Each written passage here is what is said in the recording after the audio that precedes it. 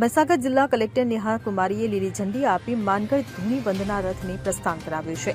જિલ્લાના સંતરામપુર તાલુકાના જૂના તળાવ ખાતે શ્રી મરડેશ્વર મહાદેવ મંદિરેથી આજરોજ તાલુકામાં વિવિધ સ્થળોએથી પરિક્રમા કરતા ધર્મ જાગરણનો સંદેશો આપતા આગામી 15 ડિસેમ્બર સાંજ સુધી માનગઢ ધામ ખાતે પરિક્રમા રથની પૂર્ણાહુતિ થશે. આ ધર્મ રથયાત્રા ધૂણી વંદના કાર્યક્રમમાં જિલ્લાના તીર્થધામ દિગમડાના મહંત અરવિંદ ગીરી મહારાજ, વાસ્યધામ નારાયણ ગીરી મહારાજ, શ્રી ગોબરદાસ મહારાજ, લસુડિયા ધામ કડાણા, જય ગુરુ ગોવિંદ સમાધિધામ કંબોઈથી દિલીપભાઈ મધુગીરી મહારાજ, ભાવેશભાઈ ડામોર, મોહન મહારાજ, બળવંતભાઈ પારકી, સરસડીથી ઉજમા મહારાજ, માજી સરપંચ લાલાભાઈ કટારા તેમજ સંતો મહંતો ભક્તો ઉપસ્થિત રહ્યા હતા અને ધૂણી વંદના પરિક્રમા કાર્યક્રમમાં જોડાયા હતા. આ રથયાત્રા જૂના તળાવથી શરૂ થઈ હરસિદ્ધિ મંદિર થઈ ગાત્રી શક્તિપીઠ સંતરામપુર, બિરસા મુંડા ચોક સંતરામપુર બસ સ્ટેન્ડ થઈ પ્રતાપપુરા મહારાણા પ્રતાપ ચોકથી માનગઢ તરફ પ્રયાણ કર્યું હતું.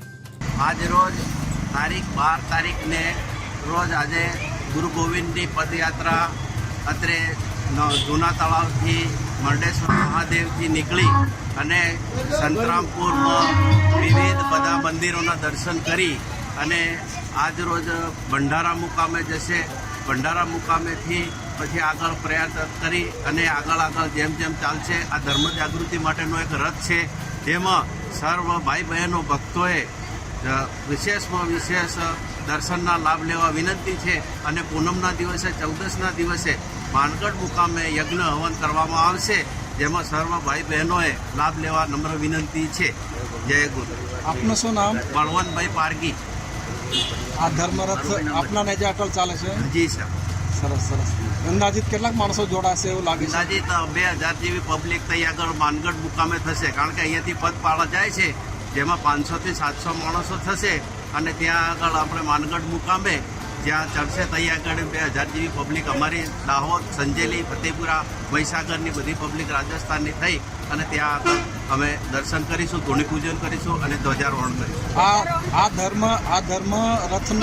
ધર્મયાત્રાનો મુખ્ય ઉદ્દેશ છે કે આપણા ગુરુ ગોવિંદ મહારાજની જ્યાં જ્યાં આ જગ્યાએ ધૂણીઓ આવેલી છે, પણ આજરોજ બધે માણસો પોતપોતાના વ્યવસાયની અંદર વ્યસ્ત થઈ ગયા છે અને ધર્મ જાગૃતિ ભૂલી ગયા છે.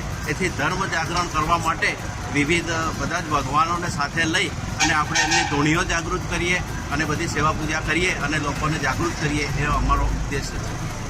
Bureau report CN24 news. હવે જુઓ દેશ દુનિયાની તમામ ખબરો તમારી આંગળીના ટેરવે.